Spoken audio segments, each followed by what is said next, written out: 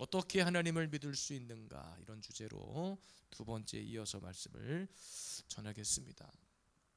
우리가 히브리서 11장 1절에 보면 믿음은 바라는 것들의 실상이요 보이지 않는 것들의 증거다라고 했습니다. 우리가 보통 히브리서 11장은 믿음장이다 그래요. 그래서 정말로 믿음의 선진들의 이야기를 배우면서 이제는 그 믿음의 이야기들이 우리 안에 실제가 되어서 나타나는 거예요. 그러니까 아브라함의 믿음도 배우고 야곱의 믿음도 배우고 성경의 여러 인물들의 그 믿음의 모습을 배우지만 그 믿음을 나의 것으로 가지고 오는 것이 너무나 중요합니다. 아브라함의 믿음은 아브라함의 역사에서 끝난 거예요. 근데 우리가 그 믿음을 공부하는 이유는 이제 그 믿음의 역사가 우리에게로 와서 나의 삶 속에서 나타나 증거되어지는 실제적인 믿음이 되어야 한다는 겁니다. 그래서 믿음을 통해서 많은 것들이 열려진다 그랬어요. 주일날도 제가 또 말씀을 준비하고 묵상하면서 계속해서 하나님이 주신 마음은 우리의 믿음의 사이즈를 넓히라는 거예요. 이렇게 딱 여기까지만 제한적으로 이렇게만 가지고 있는 믿음이 아니라 그 그릇을, 사이즈를 넓히라는 거예요. 그래서 하나님은 그 넓어진 그릇에 계속해서 채워주십니다. 어떻게 채우시냐? 넘치도록, 그릇이 미어 터지도록 하나님은 채워주신다는 거예요. 그래서 우리의 믿음의 사이즈가 날마다 자라나고 확장되어지고 또 그곳에 하나님의 은혜가 부어지고, 믿음 있다고 하면서 우리는 결정적인 순간에 믿음 없는 자처럼 말하고 행동할 때가 많다 그랬어요. 그래서 우리의 믿음을 확인할 수 있는 여러 가지 방법들이 있지만 진짜 어려운 일, 어려운 환경, 또 이런 문제들을 만나보면 그때 믿음의 진가가 나오는 것 같아요. 그래서 항상 우리는 언제든지 믿음을 가동할 수 있는 딱 만전의 준비 태세를 가지고 있어야 되는 거야. 딱 요 타이밍에 믿음을 딱 가동해서 그 문제를 돌파하고 뛰어넘고. 그래서 말로만 믿음이 아니라 진짜 찐 믿음은 어떤 믿음이라고요?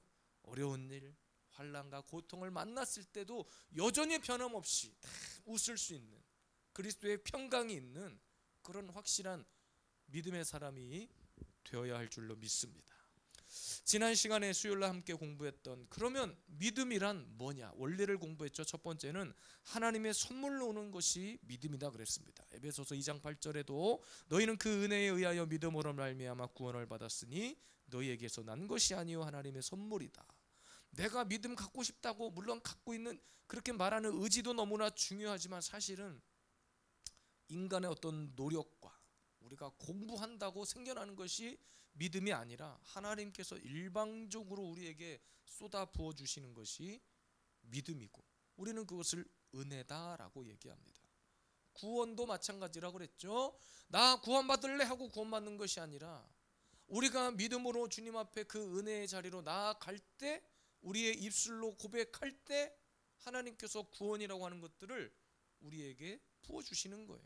우리의 신분을 바꾸어 주시는 거예요. 하나님의 선물로 오는 것이 믿음이다 그랬습니다. 두 번째는 그 믿음은 들음으로 인해서 생겨나는 것이다 그랬습니다. 로마서 10장 17절 말씀이죠. 그러므로 믿음은 들음에서 나며 들음은 그리스도의 말씀으로 말미암느니라. 그러니까 말씀을 듣지 않고 믿음이 생기지 않는다 그랬습니다. 선포되는 말씀도 너무나 중요하고 여러분이 개인적으로 묵상하는 말씀도 너무나 중요하는데 내가 혼자 그냥 조용히 성경 읽는 것과 차원이 다릅니다. 우리는 먼저 듣는 귀를 가지고 있어야 되거든요. 들려져야 그것이 믿음으로 반응한다는 거예요. 끊임없이 우리가 그래서 주님 앞에 갈 때까지는 우리가 두 가지를 해야 된다고 그랬어요. 주님의 음성을 듣는 거, 그 음성 또한 말씀을 통해서 들려지는 거예요. 그래서 항상 우리가 교회 나와 예배 가운데 선포되는 말씀 듣는 것이 너무나 중요하고, 여러분의 기도 가운데서도 하나님의 음성을 듣는 것이 너무나 중요해요. 우리는 세상 사람, 믿음이 없는 세상 사람들은 이것이 무슨 마음의 소리니 이런 말을 하지만 믿음의 사람들에게 있어서 이거는 성령의 음성이에요. 말씀을 듣는 중에, 말씀을 묵상하는 중에 깨달아지는 거, 이거구나, 오늘 하나님이 나에게 이 말씀 하시는구나, 이것은 마음의 소리가 아니에요. 하나님이 나에게 들려주시는 그 소리입니다. 하나님의 음성입니다. 그래서 우리는 끝까지 말씀을 들어야 돼요. 무엇을 위해서요? 믿음을 위해서. 세 번째는 성령님을 통해서 깨닫게 하시는 것이 믿음이다. 고린도전서 12장 3절 그러므로 내가 너희에게 알리노니 하나님의 영으로 말하는 자는 누구든지 예수를 저주할 자라 하지 아니하고 성령으로 아니하고는 누구든지 예수를 주시라 할 수 없느니라. 그래서 제가 지난 수요일 날 우리의 이성으로 하나님을 알 수는 있다 그랬어요. 그러니까 성경을 공부하면 보통 성경 공부를 하면 우리가 하나님은 이런 분이구나. 저와 함께 그 팔주교육을 받으신 분들은 다 아실 거예요. 하나님은 이런 분이다. 그러니까 이론적으로는 다 알 수 있어요. 그런데 믿는 것은 쉽지 않아요. 내가 안다고 해서 믿어지는 것이 아니라고 했어요. 그래서 끊임없이 말씀을 들을 때 어느 순간 아까 말씀드린 것처럼 내 안에 어떤 음성이 들리고 내 안에 내적인 변화가 생기고 뭔가 이렇게 내 안에 예전과는 다른 어떤 그런 마음의 변화들, 그래서 우리는 이것을 마음의 눈이 밝아졌다라고 하는 표현을 쓴다고 그랬어요. 내적 확신. 그래서 성령님께서 어느 순간 말씀을 들음으로 인해서 무엇을 우리에게 주시냐면 확신을 주세요. 확신. 이것이 믿음이에요. 그러니까 저와 여러분들이 지금까지 신앙생활 하는 원동력은 뭐냐면 이런 믿음의 확신을 성령님께서 주셨기 때문에 지금까지 신앙생활 하는 거예요. 힘들지만 버티고 막 믿음으로 어떤 환경을 돌파하고 확신이 있기 때문에 예수 그리스도가 하나님의 아들이라는 사실을 확실히 우리는 믿기 때문에 이것을 이론적으로만 안다면 우리가 지금 이렇게 힘들게 그냥 신앙생활 이 생고생활 하면서 할 이유가 없어요. 그거는 학문적으로 공부하면 돼. 믿지 않는 세상 사람들도 심지어 우리 자녀들 학교에서도 배워요. 철학 공부 시간에 세계사 시간에 배웁니다. 어쨌든 하나님께서는 성령님을 통해서 이런 믿음의 확신을 갖게 하신다 그랬습니다. 오늘 함께 네 번째, 다섯 번째를 살펴봅니다. 어떻게 우리가 하나님을 믿을 수 있는가? 그 믿음은 겸손한 자들에게 주어지는 것이다. 야고보서 4장 5절입니다. 함께 읽을까요? 너희는 하나님이 우리 속에 거하게 하신 성령이 시기하기까지 사모한다 하신 말씀을 헛된 줄로 생각하느냐. 이거 봐요. 야고보서 4장 5절 맞아요? 혹시 에베소서 4장 5절인지 봐봐요. 네, 미안합니다. 죄송합니다. 그러나 더욱 큰 은혜를 주시나니 맞아요? 찾아보세요. 야고보서 4장 5절 맞는데 한번 봅시다. 제가 읽어드릴게요. 그러나 더욱 큰 은혜를 주시나니 그러므로 일렀으되 하나님이 교만한 자를 물리치시고 겸손한 자에게 은혜를 주신다 하였느니라. 야고보서 4장 6절이에요. 야고보서 4장 6절 제가 잘못 알려줬어요. 미안합니다. 우리 성경을 보면서 한번 같이 읽어볼게요. 야고보서 4장 6절 시작. 그러나 더욱 큰 은혜를 주시나니 그러므로 일렀으되 하나님이 교만한 자를 물리치시고 겸손한 자에게 은혜를 주신다 하였느니라 그랬습니다. 여러분 하나님이 가장 싫어하는 것 중에 하나가 교만이에요. 교만. 그리고 그 교만을 성경을 통해 보니까 우상 숭배다 그랬습니다. 그리고 탐심이다 그랬어요. 우리의 마음을 닫아버리게 하는 것도 사실은 교만이에요. 그래서 제가 아무리 여기서 엄청난 설교를 하고 명설교자를 데리고 와서 이 강단에 세워도 내가 마음을 열지 않으면 다 헛된 일이에요. 그러니까는 왜 마음을 열지 않느냐? 나는 그 말씀 듣지 않아도 그냥 다 산다는 거야. 나는 그냥 여전히 하나님 말씀 없이도 지금까지 잘 살아왔다는 거예요. 뭐 여러 번 강단에서 제가 말씀드렸지만 어떤 교회 성도분들이 그런다는 거예요. 주일날 한 번 예배 드리면 되는데 오후 예배도 드려야 되고 왜 수요 예배도 드려야 되고 금요 예배도 드려야 되느냐. 그러니까 목사 입장에서 그런 질문에 대한 대답을 하기가 참 황당하고 애매했던 것은 그분들이 교회 중직자들이에요. 장로님이고 권사님이고 집사님이고 그래. 그런데 주일날 한번 11시 예배 드리면 됐지 뭘 또 이렇게 나오라고 했었냐. 어이가 없어요. 근데 왜 그분들이 왜 그렇게 말을 하는지 곰곰이 생각해 보니까 그냥 지금까지 그렇게 살아왔는데도 아무 문제가 없었다는 거예요. 오히려 돈 잘 벌고 자녀들도 다 좋은 데 가고 세상적으로도 그렇게 부조건 없이 잘 살았다는 거예요. 그런데 굳이 막 이렇게 예배에 매달리게 하고 왜 목사님들은 그러냐는 거예요. 그렇게 얘기를 하는 교회 성도들의 이야기를 들었습니다. 근데 여러분, 제가 정말로 진짜 여러 번 이 강단에서 이야기했지만 예배를 한 번 드렸기 때문에 한 번 드려도 내가 이 땅에 사는데 아무 문제가 없었다. 그럼 여러분, 하나님 입장에서 볼 때 그들이 살고 있는 그 모습을 보고 기분이 좋아서 그래 너는 계속 그렇게 살아라, 내가 계속 복을 줄게, 너는 그렇게 살아라 그러셨을까요? 저는 성경의 원리를 깨닫고 보건대 이것은 하나님의 무관심입니다. 그러니까 그분들은 영적 사생아가 된 것이나 마찬가지. 그러니까 이 땅에 사는데 아무 문제가 없어. 심지어는 교회를 안 나와도 그들은 그렇게 돈 벌고 떵떵거리며 살 수 있습니다.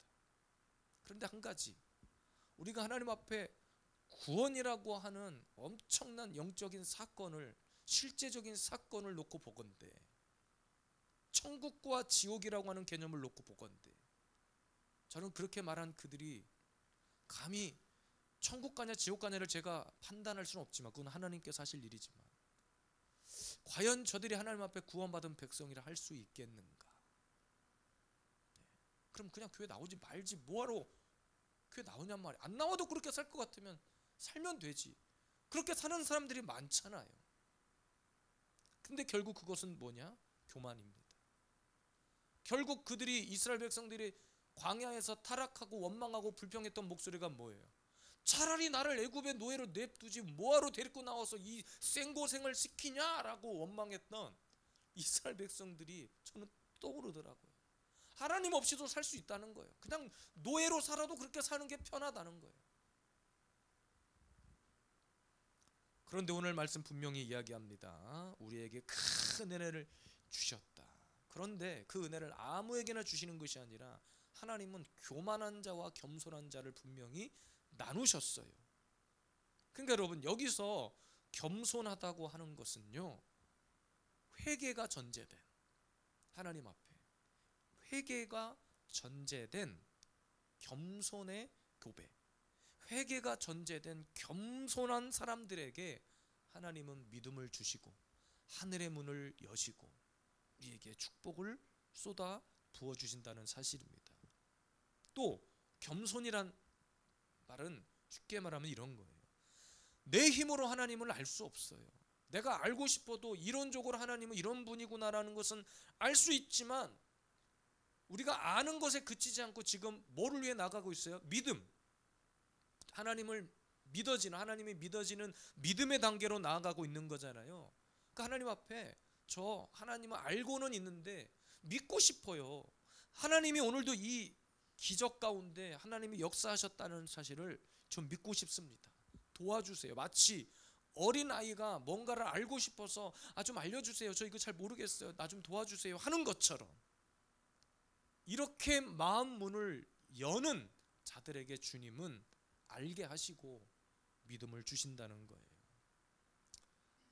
저는 그래서 이 말씀을 묵상하는데 우리 추성윤 성도님이 마치 어린아이처럼 저는 그렇게 들렸어요. 순수하게 하나님이 누군지는 알지만 나도 그렇게 좀 깊이 믿고 싶다. 근데 그런 마음, 그런 고백 자체에 하나님은 이미 마음의 문을 여셨고 열어주셨고 알게 하셨고, 저는 그것이 정말로 순전한, 순진한, 깨끗한 믿음의 고백이라고 생각합니다. 그리고 그런 자들에게 회개의 단계로 나아갈 수 있는 길을 주시는 거예요. 그럼 사람들이 또 물어요.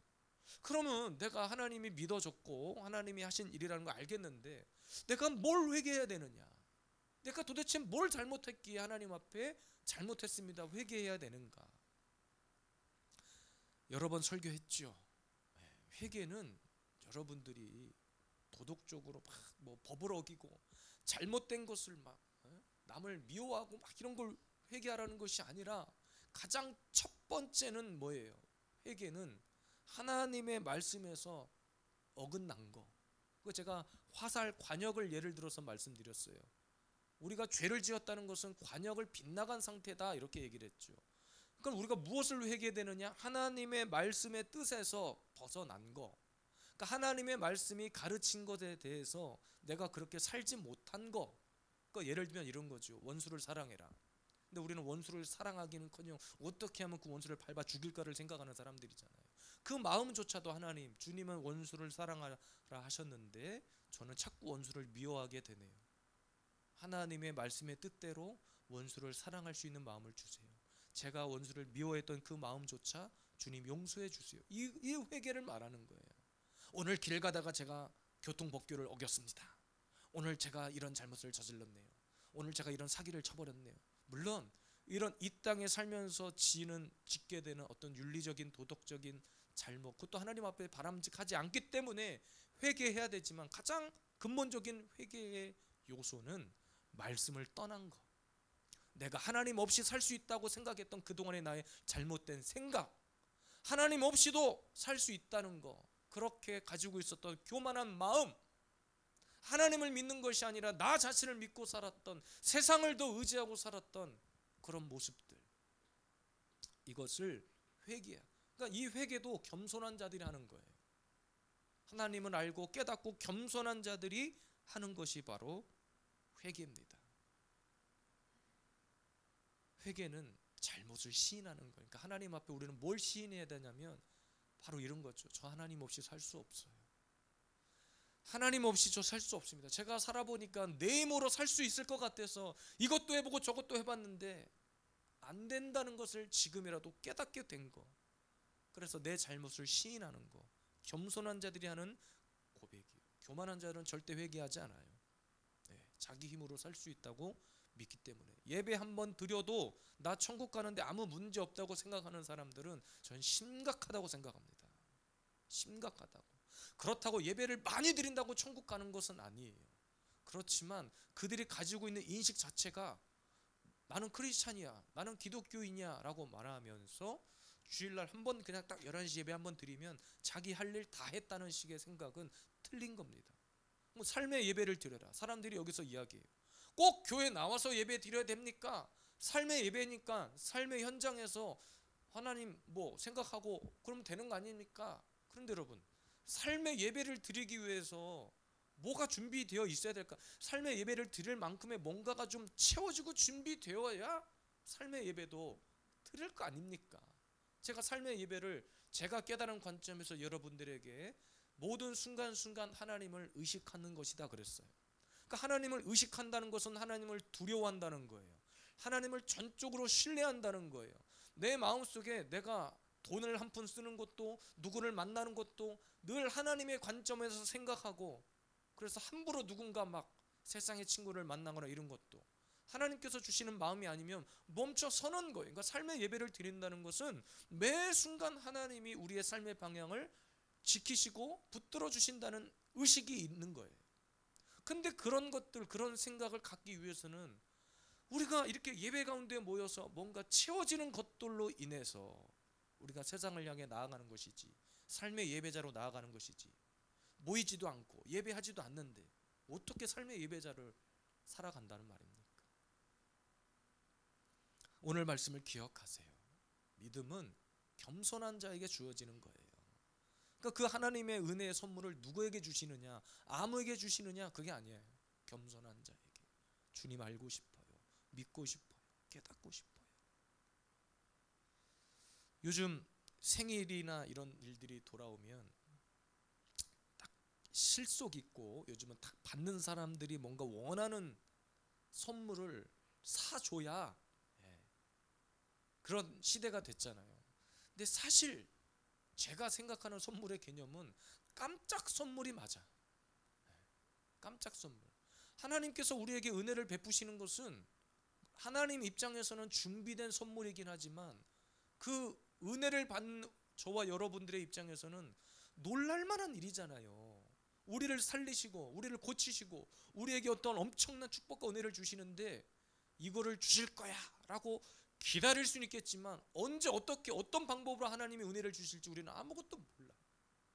근데 마치 요즘 사람들은 그러니까 진짜 선물을 받을 때도 생각지도 않은 타이밍에 생각지도 않은 선물을 받을 때 저는 받는 사람 입장에서 더 그것이 감동이라고 생각하거든요. 아버지 생신 뭐 필요하세요? 뭐 받고 싶으세요? 이렇게 묻는 것보다 우리 아이들이 요즘은 그렇게 물어봐요. 그래 봤자 지들 수준에서 뭘 하나씩 사주는 건데 불과 3, 4년 전만 해도 생일 선물 사면은 맨날 다이소 가가지고 사는 수준이었지만 그래도 물어봐. 그래도 다이소인데 물어봐. 어차피 물어봐서 내가 원하는 거 진짜 원하는 건 사주지도 못할 거면서 물론 기특하기도 하지만 고맙기도 하지만 진짜 선물은 딱 생각지도 못한 것을 딱 준비해서 주었을 때 얼마 전에도 저랑 제 아내가 결혼기념일이었는데 느닷없이 집에 막 택배들이 막 오기 시작하는 거야. 와가지고 뜯어보니까 막 꽃도 있고 뭣도 있고 막 이러는데 이거 뭐다냐 그랬더니 어머니 아버지 결혼기념일 오랜만에 용돈이 생기니까 막 거기다가 다 기분이 좋지요. 받고 기분이 좋아. 그래도 아이들이 커서 이렇게 생각하는구나. 그러니까 차라리 그런 것이 더 감동인데 뭐 필요하세요? 하고 이미 뭘 받을 거를 알고 있고 언제 딱 줄 거까지 알고 있기 때문에 그만큼 기대치가 떨어질 때가 있단 말이에요. 하나님이 우리에게 주시는 선물의 감동은 감히 그것과 비교할 수 없다는 거예요. 겸손한 자들에게 은혜를 주시는데 하나님 앞에 딱 마음 문을 열고 기다리고만 있으면 부어주시는데 언제 어떻게 어떤 타이밍에 우리에게 은혜를 베푸실지 모르겠지만 확실한 건 하나님이 우리에게 선물 주신다는 거예요. 무슨 선물인지 몰라. 감동의 사이즈도 다 달라요. 제가 받는 감동, 여러분들이 받는 감동 다 달라. 근데 하나님이 동일하게 우리에게 주신 것들이라는 것은 확실해요. 우리 예수비전 세움교를 통해서 하나님이 은혜를 베푸시는데 그 은혜를 진짜 하나님 앞에 감동으로 막 겸손하게 받는 사람들이 있는 반면에 뭐 이 정도쯤이야 라고 생각하는 분들도 있을 수 있어요. 근데 어쨌든 하나님께서 우리에게 베풀어 주신 그 구원의 은혜만큼은 그 어떤 것과도 비교할 수 없다는 것을 우리는 기억해야 됩니다. 천국과 지옥은 반드시 있어요. 여러분 진짜 제가 우리 옛날에 가족 이렇게 명절날 설교할 때도 그런 이야기를 가끔 했는데 진짜 천국이 있다고 믿는 사람과 지옥이 있다고 믿는 사람하고 죽어보지도 않았는데 그것을 어떻게 알 거냐라고 생각하는 사람들이 있는데 맞아요. 죽어보지 않았으니까 모를 수 있죠. 근데 천국이 있다고 믿고 신앙생활을 하다가 죽어서 진짜 천국이 있고 천국에서 지옥을 바라보는 사람들이 있다면 안 죽어봐서 모르겠다면 근데 진짜 그렇게 하고 죽었는데 야 지옥이 있고 천국이 어디 있어 그냥 이렇게 살다 가면 되지 했는데 지옥이 있으면 어떡할 거냐고요. 그래도 혹시라도 우리가 천국을 향해 나아가기를 조금이라도 원하신다면 천국과 지옥은 이거는 하늘과 땅 차이 정도가 아니라 이거는 엄청난 죽고 사는 문제도 아니야. 왜? 지옥에서는 죽을래야 죽을 수도 없으니까. 그건 어떻게 인간의 언어로 설명할 수 없는 엄청난 고통 가운데 그래서 잘못된 지옥관을 가지고 있는 사람은 천국도 마찬가지예요. 우리의 영이 가는 곳이 아닙니다. 이해가 되세요? 천국과 지옥을 가는데 영이 간다. 그러니까 내 생각이 천국 가고 내 생각이 지옥 간다. 그럼 성경에서 뭐한디 이것이 고통이고 막 펄펄 끓는 물이 막 무슨 화산 폭발 같은 일들이 나타나고 그렇게 설명할 이유도 없겠죠. 우리의 육신을 입고 우리가 영원한 고통 중에 거하는 것이 천국이고 지옥이고 천국도 마찬가지. 천국도 영이 가는 곳이 아니라 변화된 우리가 죄의 문제가 예수 그리스도로 인해서 해결되고 주 안에서 부활체를 입고 육신을 입고 가는 곳이 천국이지 우리의 생각 영이 가는 곳이 천국이고 지옥이 아니라는 거예요. 그러니까 이 개념이 반드시 있어야 믿어지는 거예요. 믿어져. 하나님은 오늘도 우리에게 은혜 베푸십니다. 겸손한 자에게 은혜를 주신다고 했습니다. 하나님이 싫어하시는 것은 교만이에요. 하나님 없이도 살 수 있다는 것은 교만 중에 교만입니다. 오늘도 나의 힘으로 할 수 없어요. 내 노력으로 할 수 없어요. 주님 알게 해주세요. 주님 도와주세요. 믿게 해주세요. 오늘도 이런 겸손한 고백이 우리 안에 넘쳐나기를 바랍니다. 마지막 5번째입니다. 이 믿음은 자라나는 믿음이어야 한다는 거예요. 고린도전서 3장 6절에서 7절 함께 읽겠습니다. 나는 심었고 아볼로는 물을 주었으되 오직 하나님께서 자라나게 하셨나니 그런즉 심는 이나 물 주는 이는 아무것도 아니로되 오직 자라나게 하시는 이는 하나님뿐이니라. 그러니까 믿음은 한번 믿어졌다고 나 오늘 믿어야지, 믿어졌다고 믿음이 생겼다고 끝이 아니라 성경에서는 지속적으로 자라나는 것, 그러니까 성장하는 것을 이야기하고 있습니다. 그러니까 이것은 뭐냐면 다른 말로 말하면 하나님과의 지속적인 관계 유지예요. 우리가 무엇으로 자라는가? 우리가 나무를 심어놓고 자라나라 자라나라 자라나라 해서 자라나는 것이 아니라 물도 주고 햇빛도 보여주고 거름도 주고 필요한 영양분을 공급해야 자라나는 거 아닙니까? 그러니까 한번 내가 교회 나왔으니까 나 천국 가가 아니라 내가 한번 교회 나온 것뿐만 아니라 계속해서 이 안에서 우리 공동체 안에서 자라나는데 성장하는데 포커스가 맞춰져 있어야 된다는 거예요. 그러니까 한번 믿어졌으니까 그걸로 끝난 것이 아니라 계속해서 성장하고 자라나는데 그 과정 중에 필요한 것이 지속적인 하나님과의 관계입니다. 그래서 말씀과 기도, 이 회개와 겸손은 내 의지를 통해서 하나님과의 지속적인 관계가 유지될 때 믿음이 더 확실해질 것이고 자라나는 거예요. 그러니까 자라난다는 것은 어떤 희미해졌던 것들이 또렷하게 명확해지는 것을 의미합니다. 그래서 여러분 믿음이라고 하는 것은 갈수록 깊어질수록 분명한 실체가 된다는 사실이에요. 깊어질수록 믿어지는 것이 그 사이즈가 넓어지는 거예요. 한번 믿어졌다고 만족하면 안 돼요. 그래서 지속적인, 그러니까 과실을 맺는 나무는 말 그대로 과실이 맺어져야, 열매가 맺어져야 어떤 가치가 맺어지는 거잖아요. 사과 나무를 심었는데 사과는 나질 않고 맨 풀떼기만 계속 나면 그거 어떻게 해요? 패버려야죠. 자리만 짜주고 하고 있는데. 교회는 자라나도록 물을 주는 곳이에요. 그러니까 여러분들이 제대로 믿고 싶잖아요. 믿음 생활 하고 싶잖아요. 그러면 항상 이 공동체 안에 붙어 있을 생각을 하셔야 돼요. 가장 위험한 생각 중에 하나가 신앙생활을 나 혼자서 할 수 있다는 사람.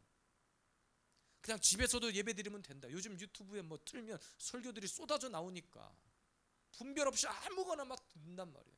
그러고 나서 나 예배 드렸다. 제가 개척하기 전에 어떤 다른 교회 권사님이었는데 그분이 옛날에 한창 우리나라에 트로트 그 열풍이 일어날 때 그 교회 권사님이 어떤 가수가 누구였지? 가수가 임영웅이에요? 영탁 아니야? 몰라. 아무튼 그런 사람들이 한창 막 우리나라에 막 폭발적인 열풍이 일어났을 때 그분 분명히 교회 권사님이 자기가 그랬어요. 교회 권사라. 그 주일날 전화 통화를 하는데 KTX 타고 어딜 가고 있대. 어딜 가시냐고. 그 가수 공연하는데 따라가고 있다. 아니 오늘 주일인데요? 했더니 아, 네. 지금 유튜브로 실시간으로 기차 타고 가면서 예배 드리고 내려가고 있어요. 이러는 거야. 그러니까 그런 사람들의 개념에는 그것도 예배라는 생각을 하는 거예요. 그러니까 코로나가 가져다 준 가장 이 한국 교회의 이 폐해가 뭐냐면 온라인 예배야. 온라인 예배. 이것이 너무나 긍정적이고 좋은 요소들이 많이 있음에도 불구하고 사람들이 엉뚱하게 써먹는 거죠. 주일날 교회를 가야 됨에도 불구하고 온라인 예배가 있으니까 가면서, 근데 그 목적이 뭐예요? 가수 노래 부르는데 쫓아간다고. 그런 거예요. 그러니까 혼자서도 그렇게 하는 것도 신앙생활이라고 믿는 사람들이 너무나 많아요. 분별해야 됩니다. 왜 하나님은 마지막 시대에 끊임없이 모이기를 힘쓰라 그랬는가? 모여서 뭘 하라는 거예요? 여기서 충전이 돼야, 여기서 내 안에 채워져야 나가서 흩어져서 그곳에서도 예배자로 살아갈 수 있다는 거예요.